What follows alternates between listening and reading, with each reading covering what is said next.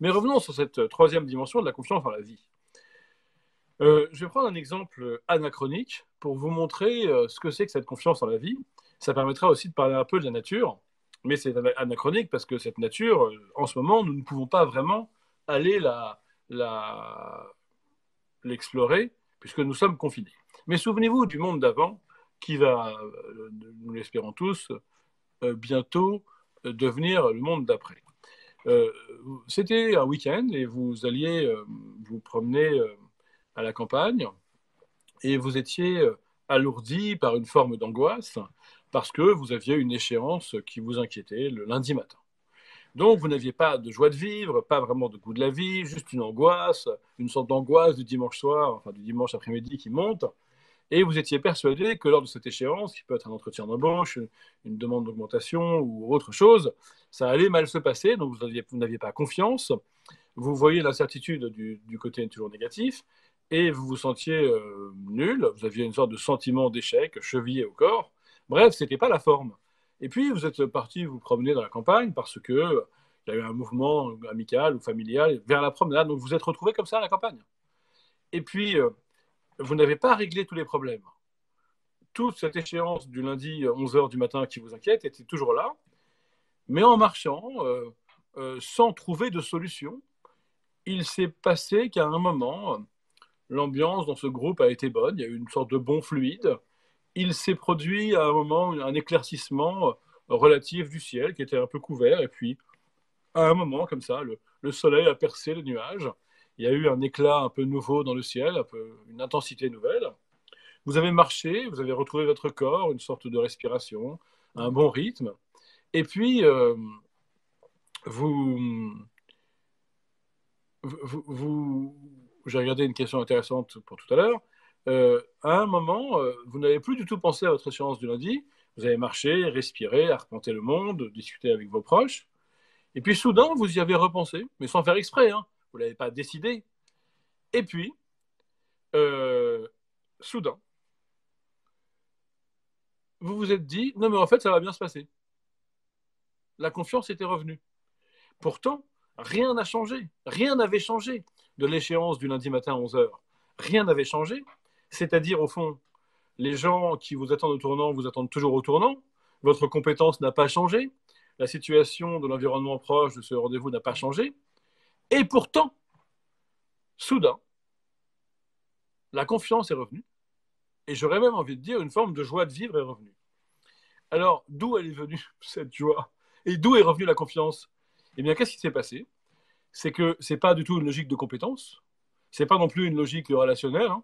C'est juste que vous avez retrouvé un accord avec le monde.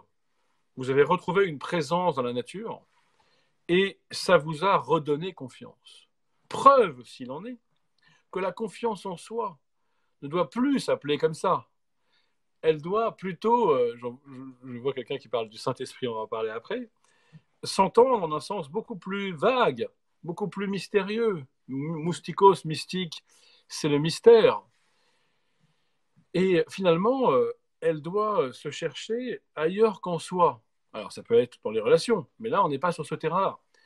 Et le simple fait qu'on puisse la retrouver parfois dans la nature nous invite peut-être aussi par rapport, parce que cette nature est le monde que nous habitons. Or, la confiance en soi, c'est pas simplement l'estime de soi. Je regarde juste l'heure qu'il est. L'estime de soi, j'arrive tout de suite, bonjour. L'estime de soi, c'est l'estimation générale de ma valeur. La confiance en soi, c'est la capacité à y aller, à œuvrer dans le monde. Le secret de l'action, c'est de s'y mettre, disait le philosophe Alain. Donc, si j'ai oublié que ce monde est ma maison, si je ne vois plus la nature comme ma demeure, comme une demeure à habiter et pas simplement à exploiter, comme un lieu où vivre ensemble et pas simplement un lieu à raisonner et dont je devrais épuiser les sols et massacrer la biodiversité. Si je retrouve l'être au monde, souvenez-vous de Husserl, être au monde, naître au monde, c'est habiter le monde. Donc je vais avoir plus confiance en moi, parce que comme la confiance, c'est de m'engager dans le monde, si je sens ce monde comme amical, comme ma maison, comme ma demeure, comme le monde que j'habite, alors je pourrai plus facilement m'y engager pour développer des projets. C'est peut-être pourquoi, de manière par un détour, l'expérience esthétique que j'ai eue ce dimanche dans une promenade à la campagne m'a redonné confiance, parce que m'a rappelé que ce monde était ma maison et pas simplement un terrain à exploiter et à vider de son sol. Vous voyez, ça veut dire quand même que peut-être ce à quoi on peut réfléchir maintenant, dans cet univers de confinement, c'est bien sûr à une conscience écologique accrue, parce que de toute façon, le virus qui nous atteint est quand même, comme d'autres avant lui d'ailleurs, très probablement une des conséquences du peu de soins que nous avons pris de la Terre, des animaux, dans les élevages industriels. Lorsque nous faisons de la déforestation, nous privons des animaux sauvages de leurs habitats naturels. Ils se retrouvent à arriver en proximité de grands espaces urbains surpeuplés. Et là, ils portent des virus qui peuvent passer la barrière d'espèces et nous menacer. D'autres virus, par le passé, ont été fabriqués en quelque sorte dans les élevages industriels. Et donc, on voit bien que finalement, ce qui nous menace, c'est le mauvais rapport que nous avons à la nature et aux animaux. Et peut-être qu'il est difficile d'avoir confiance en soi et en nous lorsque nous n'avons pas cette confiance en la nature et en le monde. Et on voit que tout s'articule, que toutes les dimensions finalement se rejoignent. Confiance en soi, confiance en les autres, confiance en le monde. C'est comme trois dimensions d'une même confiance. Et il nous faut toujours développer les trois dimensions.